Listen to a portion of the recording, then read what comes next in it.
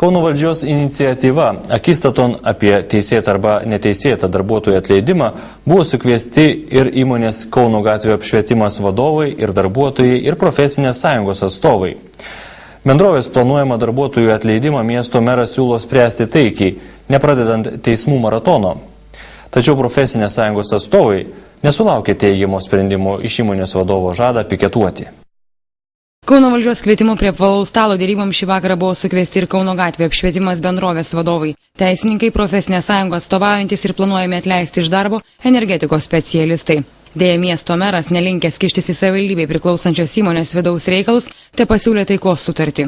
Tuo tarpu darbuotojų teisės ginantis profsąjungiečiai įrodinėja, jog 4 energetikos specialistų atleidimas iš darbo yra neteisėtas. Esminiai yra dalykai, kurių pažeisti nevalia nei darbdaviui, nei savivaldybės vadovams, prižiūrinčiams šią įmonę, kad vienas elektrikas avarinės tarnybos jokių būdų negali atvažiuoti prie gedimo šalinimo.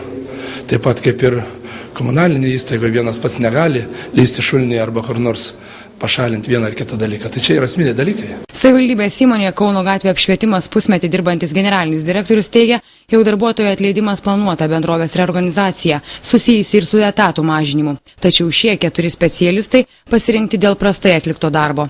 Nors profsąjungiečiai tokius veiksmus įvardina susidorojimus su pilietiškais pavaldiniais, kurie kartais atsisako vykdyti nurodymus nenumatytus jų darbo sutartyse. Tiek miesto vadovų, tiek ir mūsų administracijos ar valdybos įmonės administracijos nuostata yra, žmonės turi dirbti, pildyti savo funkcijas, neieškoti priekabių, atlikti darbą, už tą gauti atlyginimą. Dėl to ir stengiamės visi. Panašu, jog atleidžiami savivaldybės įmonėje Kauno gatvių apšvietimas dirbantys žmonės paskatinti profsąjungiečių ir toliau piketuos po valdžios rūmų langais.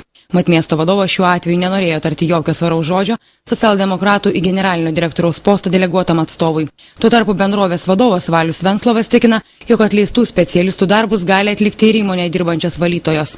Mat pastarosios turi reikiamą kategoriją ir kvalifikacijos pažymėjimus. Tad panašu, jog ateityje miesto gatvės įvykus gedimui gali kurį laiką skendėti tamsoje.